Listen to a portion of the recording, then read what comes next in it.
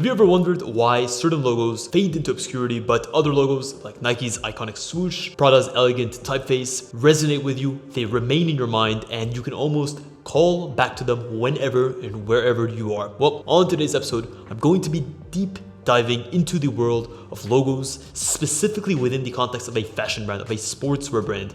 And we're going to be looking at what are the core design principles that we need to implement into a logo, whether it's a wordmark, whether it's an icon, whether it's a composite, in order to create a memorable icon, a memorable logo, something that's going to resonate in your customers' minds and is going to stick with them long after they've seen the logo on your packaging or on your product. Welcome to Fittdesign TV. Are you interested in sports fashion, design, and manufacturing? Are you establishing your own brand? You're looking good. Anthony, how are we doing? Do you want to? Thank you. Well, you've come to the right place. Lights, camera, action. Number one is simplicity. A simple, clean, and uncluttered design makes it immediately recognizable to anyone viewing the logo from a distance or up close. And at the same time, once you've seen the logo, you can't unsee it. You can immediately call back to it visually at any moment in time because of how simple it is. A great example of this is going to be Prada's typeface logo. The choice of elegant, sort of pseudo-modern font just makes it something that you can immediately call back to without having to struggle too hard or trying to piece pieces of the puzzle together that are overly complicated. Number two is versatility. A great logo needs to be able to have the flexibility to be used on a variety of different mediums, different platforms. It should be able to be printed in a variety of different materials, and it should look good in any scale that it's printed on, whether it's a minuscule scale or it's a billboard size scale. A great example of this is the iconic Nike swoosh.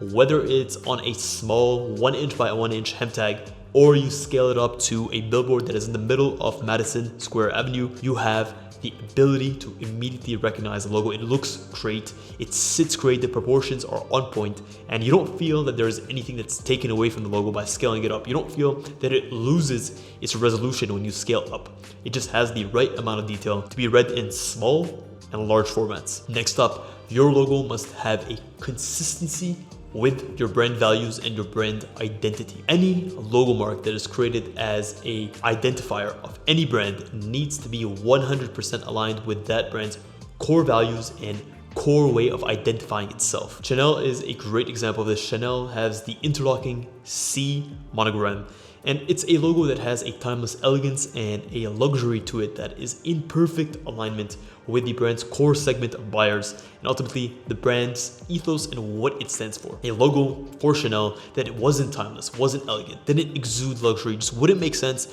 with the way that the brand tries to project itself from a price point, from a marketing, and from a messaging standpoint. So there always needs to be core alignment between how you wish to project yourself and how you're visually projecting yourself. Your logo needs to be memorable. Making it memorable means leaving a lasting impression when your logo is viewed.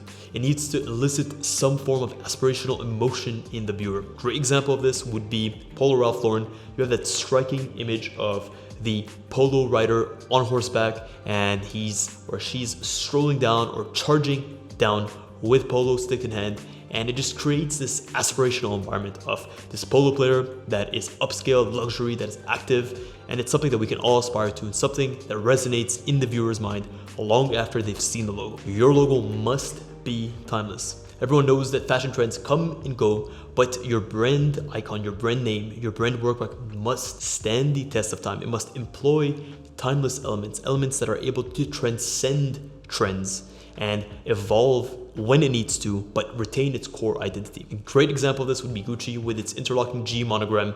This is a brand that's been around for over 100 years. And through those 100 years, sure, the brand has evolved, but at its core, its visual core has always remained the same. They've been able to introduce logos, graphics here and there to stay in touch with the times, but at its very base and its very core, it's the Gucci that you've always known and you always will know. Your logo needs to have a sense of appropriateness. This is to say that a logo that would work perfectly on a children's sportswear line wouldn't work well on a menswear luxury line. You need to be conscious of who your customer is and what they're looking for. Your logo needs to be appropriate. At its very core, it needs to make sense for the customer that's going to wear and sport this icon. A logo that works extremely well on a children's sportswear brand would not work well on a menswear luxury brand. A great example of this would be Puma. Puma, you have the leaping puma, the leaping cat, and it's a brand that makes sense because it showcases that dynamicism, that agility, that movement, all of which make 110% sense in the activewear and the sportswear space. Last but not least, your logo needs to be distinctive. In the immensely saturated fashion space,